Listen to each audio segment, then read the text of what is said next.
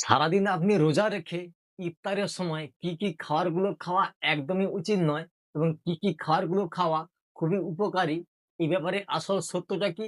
চলুন জেনে নেওয়া যাক। নাম্বার 1, অতিরিক্ত মিষ্টি জাতীয় খাবার খাওয়া। আপনি সারাদিন কিছু না খেয়ে থাকলেন এবং সন্ধ্যাবেলা বেশি করে মিষ্টি খেলেন। এর ফলে ব্লাডে সুগারের পরিমাণ বেড়ে যাওয়ার জন্য শরীর খুব দুর্বল হতে পারে। নাম্বার 2, অতিরিক্ত ভাজা খাওয়ার, কোল্ড ড্রিংকস এবং চা, কফি খাওয়া থেকে বিরত থাকুন।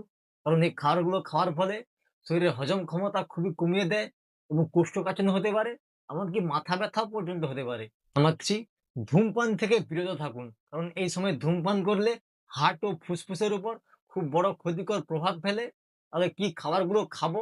বেশি করে ফল খান, বিশেষ করে আপেল, খেজুর, কলা, বেশি করে সবুজ শাকসবজি খান, ভাত খাওয়ার সময় বেশি করে স্যালাড খান, ডাল খান এবং বেশি পরিমাণে জল পান করুন।